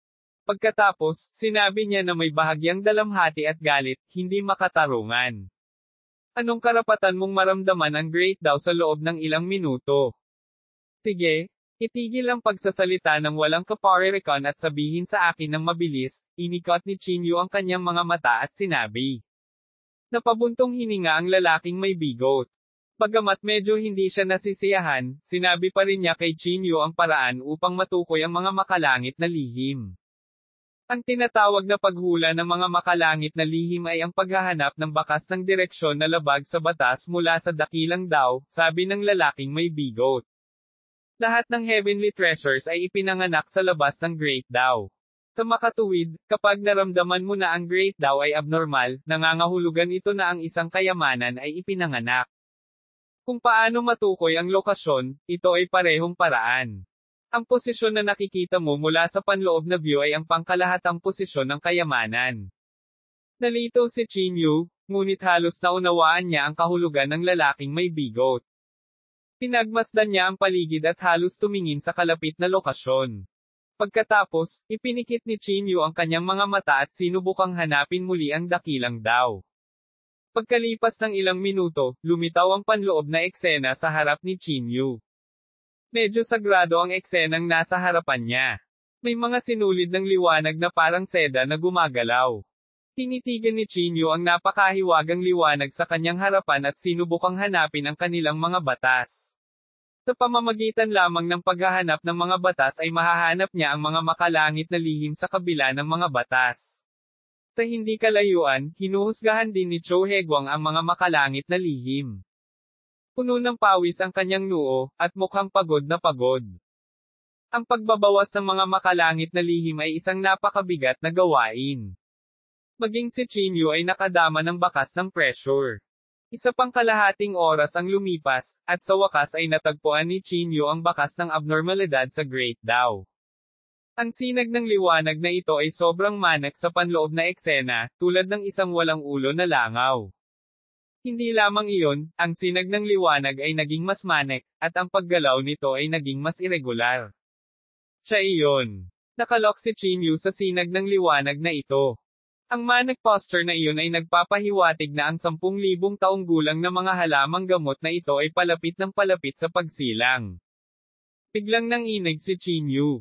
Ang kanyang banal na pakiramdam ay tila nakapasok sa panloob na eksena. Umaasa sa kanyang malakas na divine sense, pinagsama ni Chinyu ang mga imahe sa kanyang memorya sa mga imahe sa panloob na eksena. Hindi nagtagal, natuklasan ni Chinyu ang bakas ng kabaliwan na ito. Ito ang lihim ng langit na natukoy. Iminulat ni Chinyu ang kanyang mga mata ng may pagkasilaw, at pagkatapos ay itinoon niya ang kanyang tingin sa timog silangan. Ang lugar kung saan ipinanganak ang 10,000 taong gulang na mga damo ay nasa timog silangan, sabi ni Chinyu sa malalim na boses. Sabay dilat ng lalaking may bigot. Tumayo siya at naglakad sa harap ni Chinyu, baka sa mukha niya ang paghanga. Hindi ako naniwala sa iyo noong sinabi mong naintindihan mo ang Great Dao ngayon, ngunit naniniwala na ako sa iyo ngayon. Ang lalaking may bigot ay nagbigay ng thumbs up kay Chinyu. Talagang henyo ka. Medyo nalilitong sabi ni Chinyu, bakit mo nasabi iyan? Itinuro ng lalaking may bigot ang timog silangan at sinabing, ang nahulaan kong direksyon ay nasa timog silangan din. Sa loob lamang ng ilang minuto, mararamdaman mo na ang dakilang daw. Say, ang unfair talaga. Hindi napigilan ng lalaking may bigot. Sa sandaling ito, si Cho Hae-gwang, na nasa hindi kalayuan, ay nagmulat din ng kanyang mga mata. Nang makita ito ng mga tao, dali-dali nilang pinalibutan siya. Master Cho? Kumusta? Saan ipanganganak ang 10,000 taong gulang na mga damo? Naiinip na tanong ni Lola Chin. Pinunasan ni Cho Hae-gwang ang pawis sa kanyang noo at pagkatapos ay itinuro ang silangan at sinabi, ayon sa aking pagbabawas, ang 10,000 taong gulang na mga halamang gamot ay isisilang doon. Kabanata 739, ako, si Chinyu, walang kinatatakutan. Ang direksyon ng pagbabawas ni Cho Hae-gwang ay tila iba sa direksyon ni Chinyu at ng lalaking may bigot. Ang direksyon na itinuturo niya ay nasa silangan, habang si Chinyu at ang lalaking may bigot ay inakala na ito ay nasa timog silangan. Bakit magkakaroon ng pagkakaiba? Medyo nalilito si Chinyu. Ipinaliwanag ng lalaking may bigot, masyadong maraming kawalan ng katiyakan sa Great Dao. Sa bawat oras, maaaring may iba't ibang resulta. Karaniwan, ang isang master ay naghihinuhan ng maraming beses upang matukoy ang lokasyon. Kumunat ang noo ni Chinyu at sinabing, kung gayon, maaaring hindi totoo ang resulta natin. Hindi. Umiling ang lalaking may bigot. Ang tinutukoy ko ay ang pagsilang ng mga ordinaryong kayamanan. Ang mga palatandaan ng pagsilang ng 10,000 taong gulang na mga halamang gamot ay halata pa rin, kaya walang magiging problema sa aming mga haka-haka. Hinawakan ni Chinyu ang kanyang baba at sinabing, kung gayon, malamang na may problema kay Cho Hae-gwang. Gumuso ang lalaking may bigot. Katamtaman ng talento ni Cho Hae-gwang, at isa rin siyang walang kabuluhang tao. Siya ay umaasa sa kanyang maliit na kakayahang maghanap ng katayuan sa lipunan, kaya ang kanyang kakayahan ay natural na lumalala at lumalala. Tumango si Chinyu. Gaya nga ng sinabi ng lalaking may bigot, hindi kailangan ng taong may kakayahan na piliting humanap ng katayuan sa lipunan. Ang tinatawag na kayamanan at katayuan ay mga karagdagang produkto lamang na dala ng natatanging kakayahan. Master Cho, sa pagkakataong ito ay nasa iyo na ang lahat, nakangiting sabi ni Lola Chin.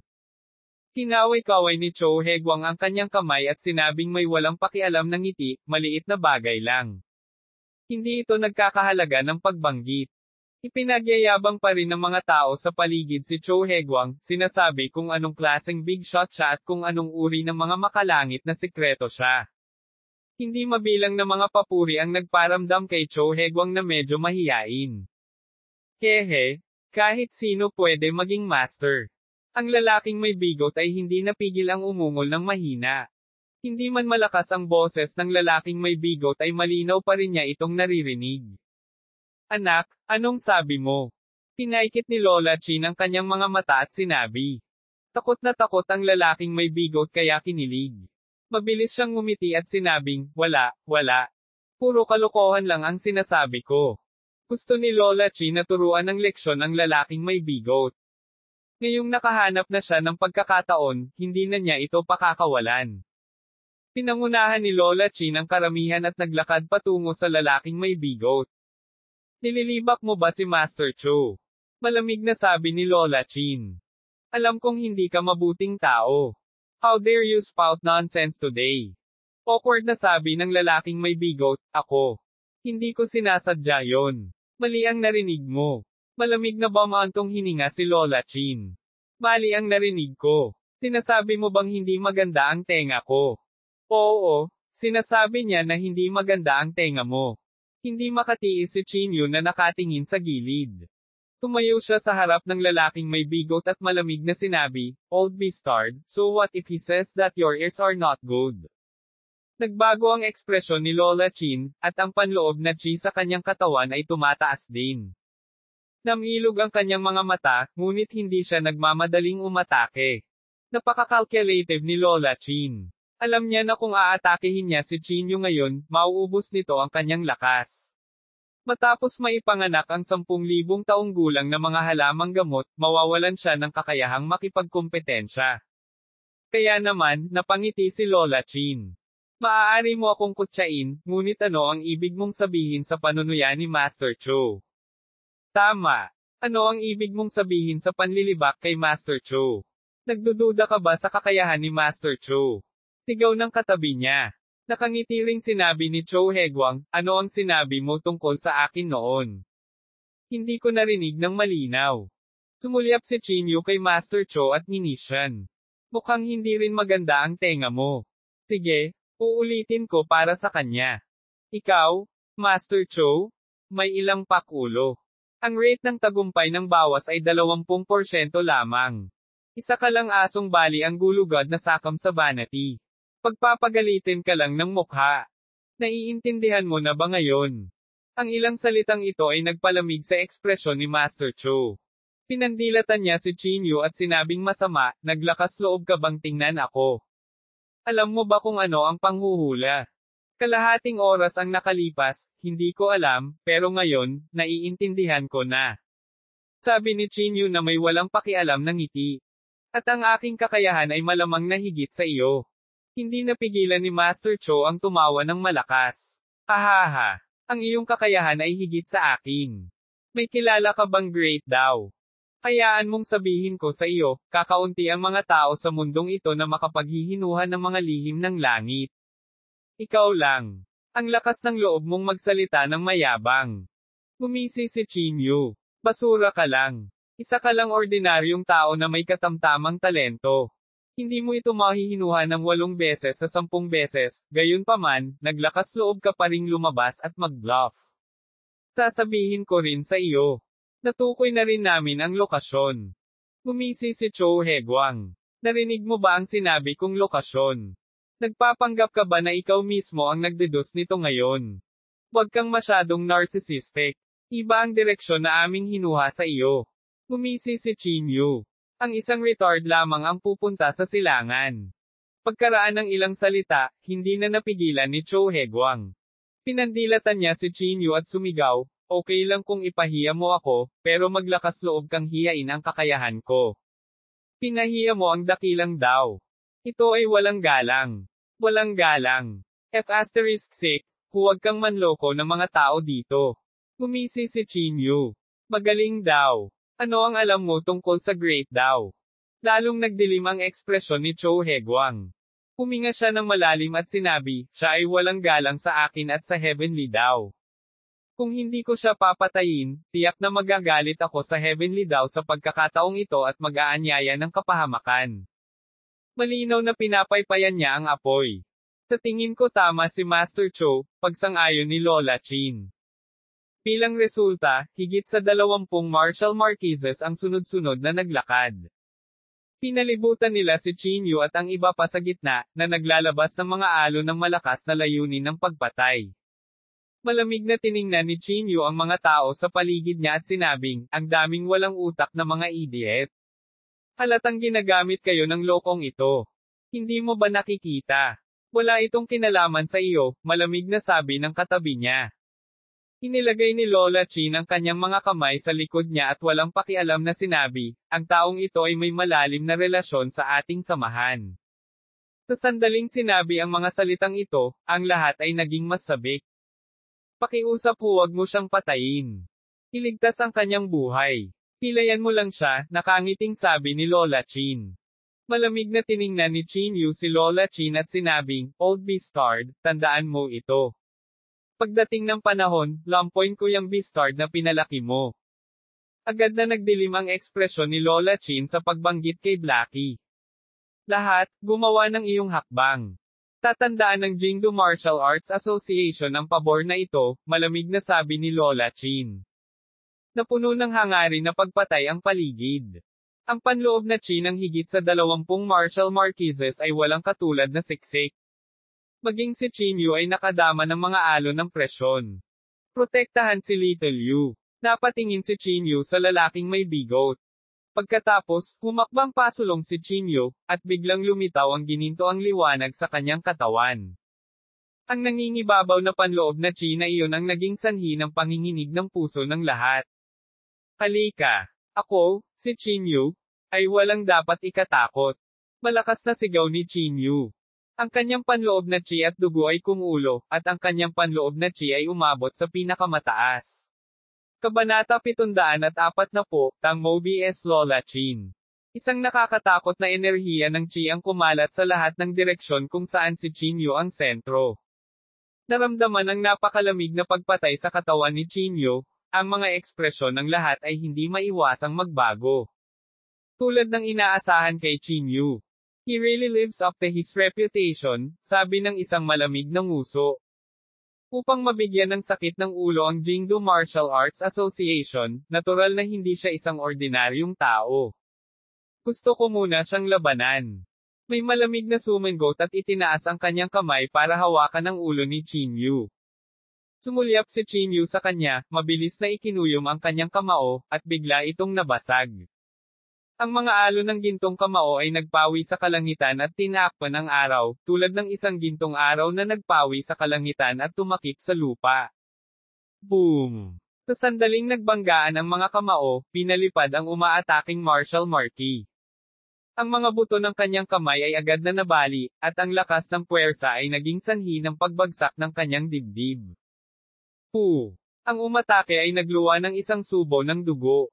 Gusto niyang bumangon, ngunit tuluyang nabasag ang kanyang dibdib. Malamang magtatagal bago siya makarecover. Nang makita ito, lahat ay hindi napigil ang mapabuntong hininga. Isang suntok lang ay napilayan ng isang martial marquis. Anong klaseng lakas ito? Ang isang maagang yugto lamang ng martial marquis ay natural na hindi dapat banggitin. May nag-stand out. Ang taong ito ay maikli sa tangkad, ngunit ang kanyang panloob na chi ay napakalakas. Peak stage martial marquis. Sumimangot si Chinyu matapos maramdaman ang enerhiya ng chi mula sa kanyang katawan. Sino ang nakakaalam kung gaano karaming peak stage na martial marquis ang nakatago sa mga taong ito? Ang peak stage na martial marquis ay isang pag-iral na ganap na hindi kayang harapin ni Chinyu. Lahat, sabay-sabay tayong umatake. Sa oras na ito, may nagmungkahi. Ang 10,000 taong gulang na mga halamang gamot ay maaaring lumitaw anumang oras. Huwag mag-aksaya ng oras. Bago pa siya matapos magsalita, humakbang pasulong ang lahat. Ang ekspresyon ni Chinyu ay malamig sa yelo. Huminga siya ng malalim at naghanda para sa isang mahusay na labanan. Tingnan natin kung sino ang maglakas loob na kumilos. Sa sandaling ito, isang pamilyar na boses ang tumunog. Paglingon niya, nakita niya si Tang Mo na bumababa mula sa isang Rolls Royce. Sa likod niya, may mahigit 10 sasakyan. Sa sandaling huminto ang mga sasakyan, mahigit 20 tao ang bumaba sa mga sasakyan. 1, 2, 3, mahigit 20 tao, at lahat sila ay nasa martial martial realm. Pinangunahan ni Tang Mo ang kanyang mga tauhan at nagmamayabang. Tumayo siya sa tabi ni Chinyu, pagkatapos ay inilibot ang kanyang tingin sa karamihan at sinabi, tingnan natin kung sino ang maglalakas loob na lumipat. Young Master Tang. Hindi ba't ang pamilyang Tang ay hindi nakikilahok sa bagay na ito? May nagtanong. Gumisi si Tang Mo at sinabing, totoong hindi sasali ang aming pamilya sa bagay na ito, ngunit sinabi ng aking ama na tutulungan namin si Chinyu na makuha ang tangkay ng mga halamang ito. Sa mahigpit na pagsasalita, tayo ngayon ay mga tao ni Chinyu. Nang makita ito ng karamihan ay agad silang sumuko. Ito ang Tang City, at walang sino man ang handang masaktan ang pamilya Tang dito. Hindi ako late, di ba? Nakangiting sabi ni Tang Mo. Umiling si Chinyu at sinabing, dumating ka sa tamang oras. Ang lahat ay walang malay na umatras ng isang hakbang. Ang taong kanina pa nagplanong gumawa ng hakbang ay sumuko na rin sa ideya. No wonder ang yabang ng lalaking ito. Nakatanggap pala siya ng tulong mula sa pamilyang Tang, hindi napigilan ni Song Shan, na nasa hindi kalayuan, kundi mapaungol ng malamig. Hindi napigilan ni Ancestor Guan na sumimangot, at baka sa mukha niya ang ayaw. Young Master Tang, ito ba? Sa sandaling ito, humakbang pasulong si Lola Chin. Inilagay niya ang kanyang mga kamay sa likod niya at sinabing, miyembro ako ng Jingdu Martial Arts Association. Kung handa kang umalis, tiyak na maaalala ng Jingdu Martial Arts Association ang iyong pabor. Matiim na tinitigan ni Tang Mo si Lola Chin at sinabing, Old Beastard, hindi ako interesado sa Bulge Asterisk T na 10,000 taong gulang na halamang ito. Ang pakay ko rito ay harapin ka, itong matandang Beastard. Mababa ang tingin sa pamilya ko. Ano ang tawag mo sa amin noong araw na iyon? F-sick ka. Anong Jingdu Martial Arts Association? F*** na asosasyon. Ano ang kinalaman nito sa akin? Old Beastard? Sooner or later, babalatan kita. Matapos pigilin ang kanyang galit sa loob ng ilang araw, sa wakas ay iniluwa ito ni Tang Mo sa isang hininga. Ang ekspresyon ni Lola Chin ay kasing pangit. Malamig siyang tumingin kay Tang Mo at sinabi sa pamamagitan ng nagngangalit na mga ngipin, Beastard, kilala mo ba kung sino ang kausap mo? I do. Kausap ko ang isang matandang Beastard na sa tingin niya ay mas makapangyarihan, isang matandang unggoy, mahinang ngumuso si Tang Mo. Nang marinig ito, hindi na napigilan ni Lola Chin. Ang panloob na chi sa kanyang katawan ay sumabog ng hindi niya namamalayan. Ang panloob na chi ng isang peak stage na martial marquee ay agad na tumago sa buong lugar. Bilang isang mahalagang figure ng Jingdu Martial Arts Association, hindi na kailangang sabihin ang lakas ni Lola Chin.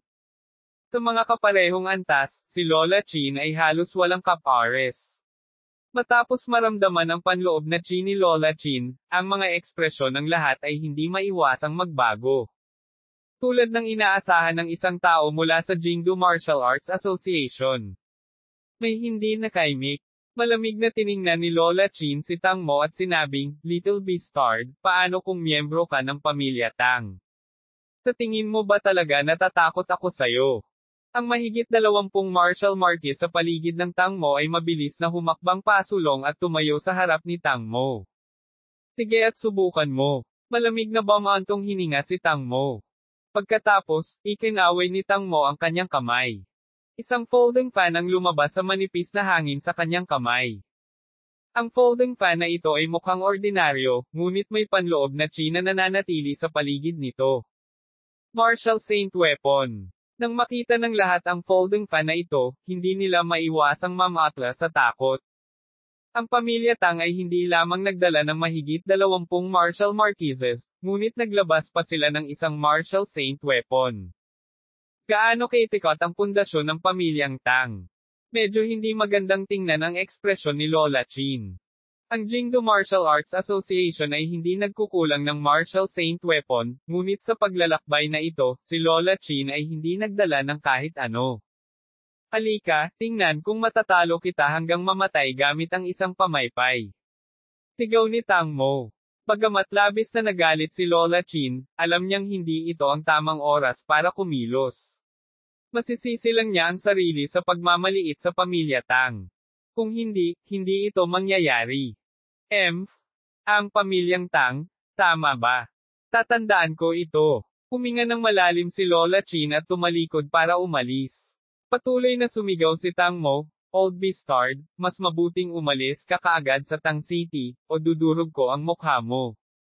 Hindi napigilan ni Lola Chin ang kanyang galit. Sa maikling araw lang, tinawag na siyang, "Old bastard," ng maraming tao. Isa siyang mahalagang figure ng Jingdo Martial Arts Association, ngunit ngayon, iniinsulto siya ng ilang juniors. Natural na hindi niya ito matiis.